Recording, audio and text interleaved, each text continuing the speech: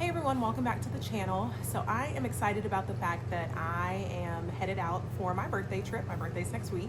I'm headed to Ireland. First time visiting, super excited to see some of the castles and of course all the distilleries and just visit all the sites and everything like that. So I'm at work first, of course, gotta get into work day, but I'll fly out tonight. And so just a reminder, this video is gonna bring you guys back a little bit to kind of catch you up and get to know us a little bit more, but wanted to give you a little bit of a sneak peek into what I'm gonna be doing for the next few days.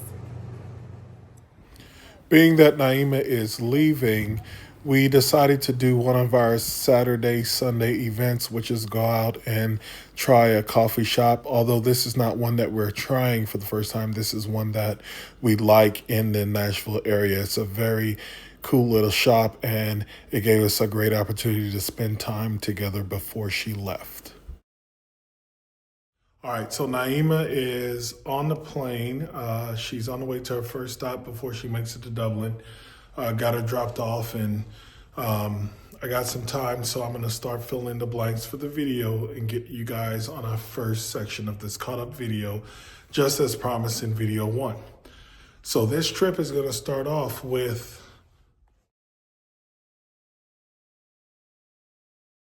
one of my favorite parts of this year was the beginning of the year. We started off 2024 with a celebration trip for my birthday. My wife and I decided that we were going to do the bourbon tour. Jack Daniels was the first place we ended up stopping at in Tennessee as we started this trail. This was a great stop for us. Of course, we had the opportunity to travel with Buckton and John for this adventure, but this was a great opportunity for us to get our start on the trail. So we rented an Airbnb and the weather was phenomenal, and then we just started thinking and asking the question, what if? And that was kind of the start to us, making this transition. So as we're going through these videos, you're going to see some of our favorite spots that we stopped and got to tour. Well, we didn't get to tour all of them, like Angel's Envy and Buffalo Trace. We did not get to tour that, but we did get into their tasting, and we did get to go to their gift shop. Buckton and John right now are planning a trip to around New Year's to Tennessee, and that's kind of where we're hoping to go back and fill in those gaps and actually get the tour of those. But all the rest of them that you're going to see, we did get to do those tours. Once we left Jack Daniels, we were on our way to Kentucky, and when we hit Bowling Green, we found the National Corvette Museum, and we thought, man, we must stop and take a look at this.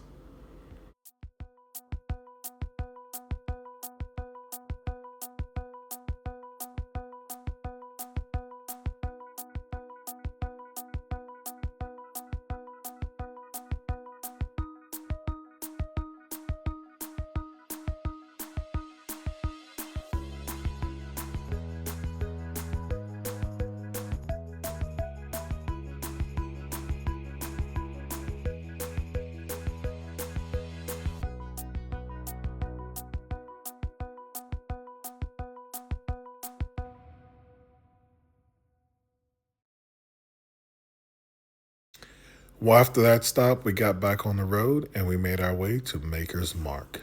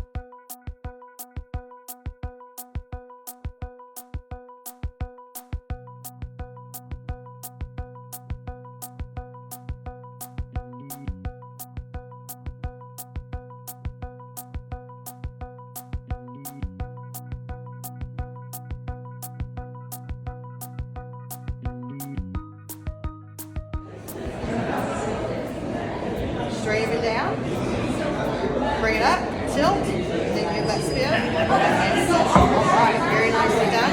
Go ahead, throw your glasses, sleeves in your pockets. You already got legs coming down. I'll call out your ninja swing stride. Go ahead, put your glasses in your pockets and just return to gear.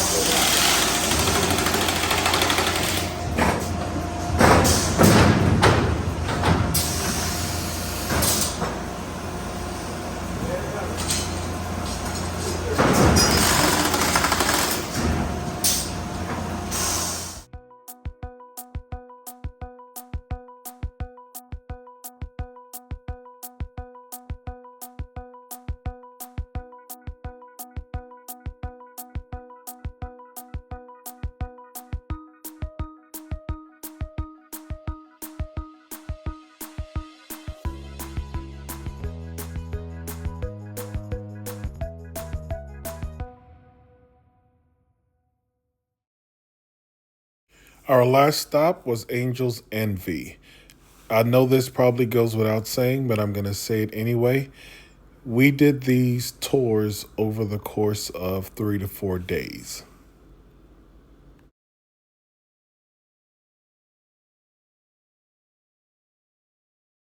Ironically enough, Naima just sent me this picture of her in Dublin. Her first stop was her at the Jameson Distillery. Of course, I'm a little bit envious.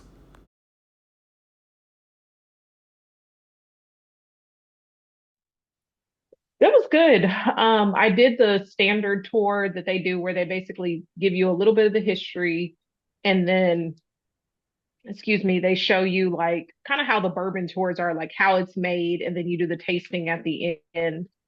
And so they have one, which I didn't realize that there's when Jameson merged, or basically like they became like a whiskey, what do they call it?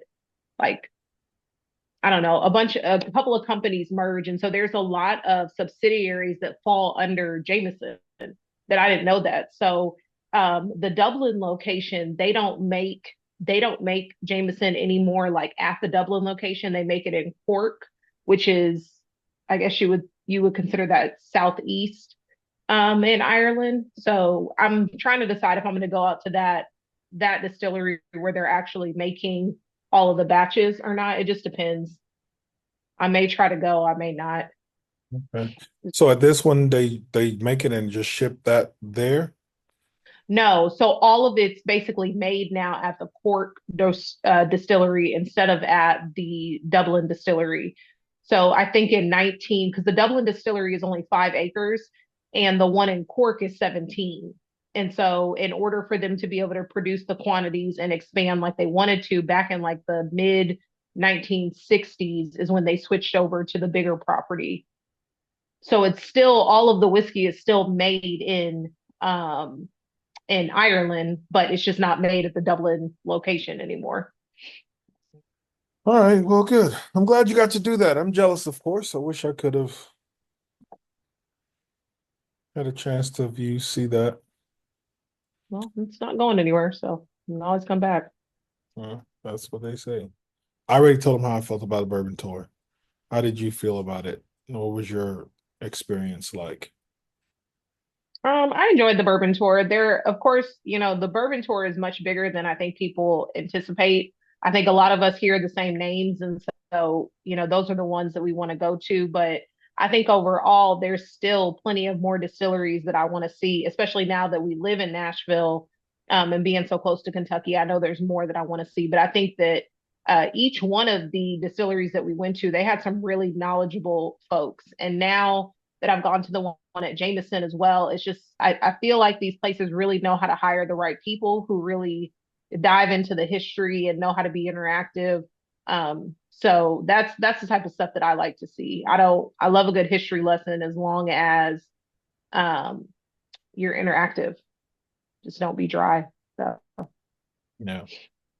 So on that drive back, we were riding back and then we were sitting down and we were thinking, about the opportunity and talking about the possibility of moving. I was reluctant just because, Texas is kind of where I wanted to be. However, so the opportunity for you to grow your career and take your path and have the opportunity to, excel at what it is you wanted to do.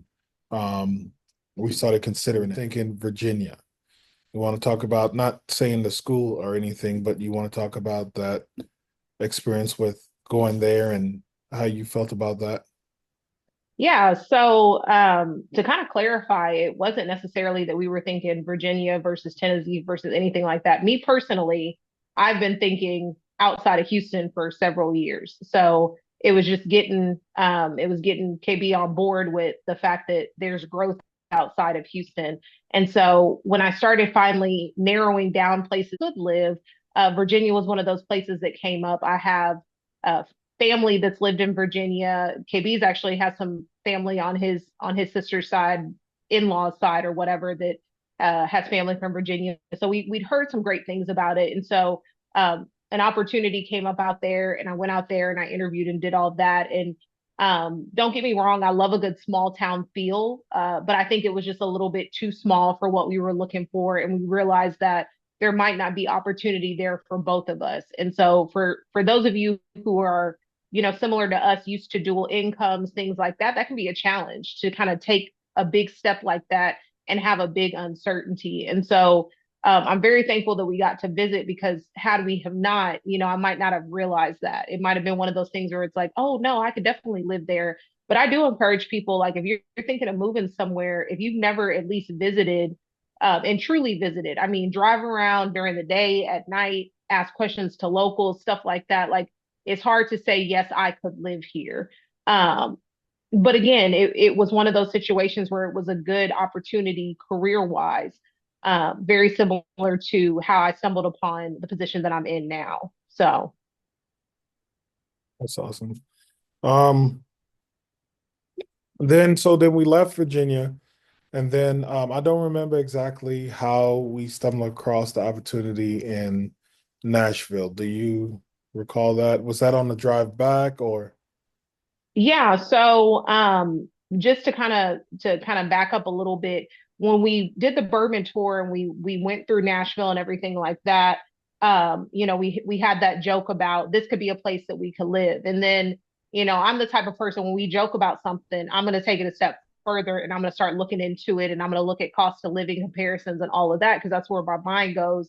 And so I had done that in early January and then kind of just left it alone.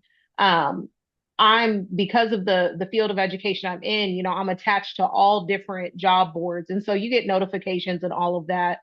And so it was shortly after Virginia. And when I say shortly, maybe like a week after visiting Virginia, that this job that I'm currently in came available. And I really liked everything that I saw. I liked the school, I liked the location. I love the fact that it was in Nashville, and so that was when I went for it. But it was posted very shortly after that last interview with Virginia, and it might have been even earlier than a week. But it was, yeah, it came up and it made sense, so I went for it. Yeah.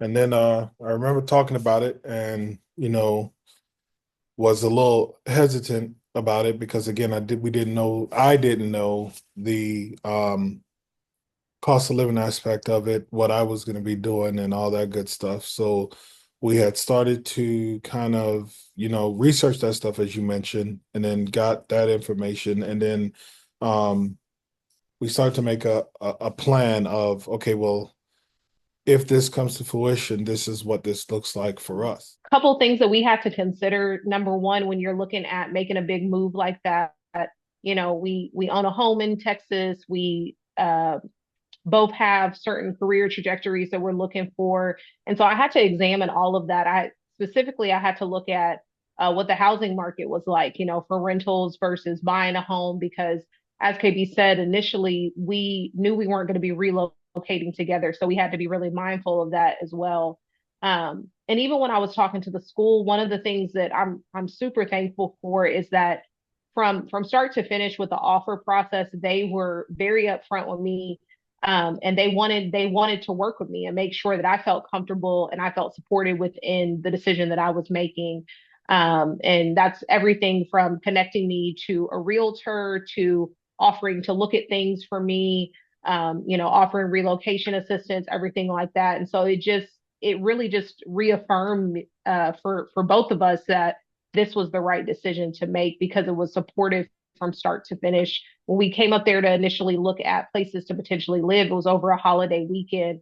And again, I had people from my head of school to, my future now my current colleagues who were willing to help, and give us information about, here's where you can grocery shop, here's what these areas are like, all of that. So it was just super helpful all the way around. And again, and I like to tell people all the time, I've never left a organization on a bad note. And this was no different. Me wanting to leave where I was at, which was a great opportunity as well, wasn't because I disliked where I was. It was just, I was ready for certain career projections, or I was ready to see my career advance in a certain way. But, again, with this position, it was an organization that kept reaffirming that we were making the right decision. And it was their ongoing support. And that ongoing support lasted even well into before KB moved out there. Because again, it was just me and Rim Dog, me and Remy, our dog. And so it was great to just continue to see people look out for me. So yeah. All right, I hate that segment was so much of us just sitting in front of the camera and talking to you, but I didn't know any other way to get you the information. I did plan to initially add some more content to that conversation, some more cutaways and built-in videos and pictures, but I lost a lot of that footage from when I switched phones. So again, I know I keep saying it, but I just want to remind you that was a little catch-up segment, and then I changed my phone a little shortly after that. However, it accomplished what we needed it to. It caught you up to the point to where Naima has this job offer on the table, and we are kind of mulling through whether we're going to accept this offer or not. Next week, we're going to pick up with her accepting the offer and us making a plan of what it looks like for us to start transitioning to Nashville.